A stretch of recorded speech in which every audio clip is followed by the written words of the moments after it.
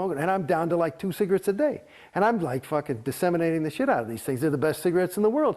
And I'm telling everybody, these are addictive free. I'm hardly smoking at all. I say, look, it's addictive free. It says, that's not, it says additive free. I went right back to a pack a day. So it's the same kind of, you know what I'm saying? It's you know, you're playing the game by yourself. It's a mental.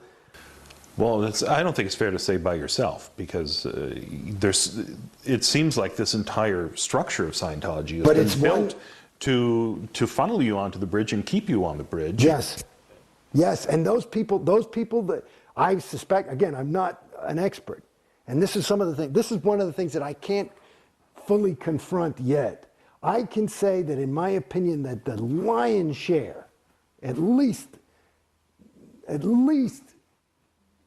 well over 99% of your Sea Org people are the truest of the true believers, okay? So they are really there they're trying to help you, and they'll not take no for an answer.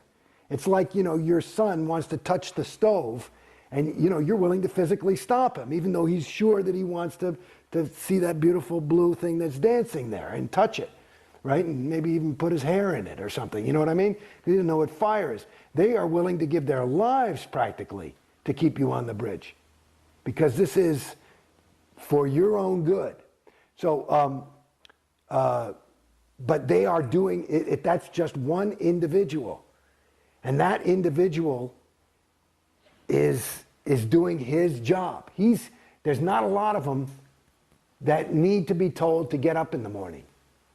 They're on autopilot too, but the whole group is it becomes, you know, this living, breathing thing. And the thing that I haven't quite confronted is, I can't quite see what the fuck anybody gets out of it. Like, you know, is COB, does he want $300 million? Is that what it is? Does he want $1 billion? And COB is David Miscavige. I mean, is that it? Is it just his power hard on? Is, you know, or is it just insanity? You know, I mean, I wonder, is LRH, was he just crazy?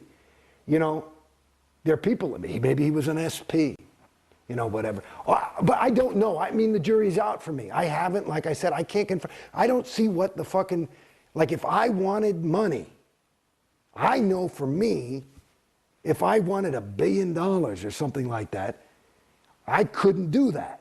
That wouldn't be a way for me to, you see what I'm saying? I couldn't do it. I'd probably kill myself. You know what I mean? I just couldn't live with myself like that. I certainly couldn't look my son in the eye. You know what I mean? But that's me. And maybe that's me PTS. Maybe I'm fucked up. Maybe that's my conscience, whatever the fuck that is. But do you see what I'm saying? I don't know. I haven't quite had that confront of truth or evil, depending on what you want. But I don't know what the fuck anybody wants out of it. Well, who's like, all this money is a big thing. Where does it go? We see recently there was a video released of Tom Cruise's birthday aboard the Free Winds, and I understand that there was 6 figures spent on the birthday party for Tom, and that's parishioners' money going to keep Tom Cruise happy. Well, they figure that's worth it. You know, Yeah. you know, according to him, he brings in just him being Tom Cruise.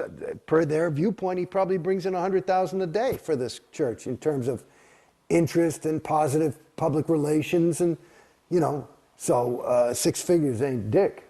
Right. You know, that, you know, it's certainly, you could throw a party for him every day and it wouldn't really put a dent in their bank account. So I don't know what the, you know, a party, you know, people like to get mad at COs who take these big things, and Tom Cruise is party, and there was some, the fucking Free Winds is, let me tell you, is a flea bag. I mean, it's not a fucking nice boat, you know. I mean, I've been on that thing.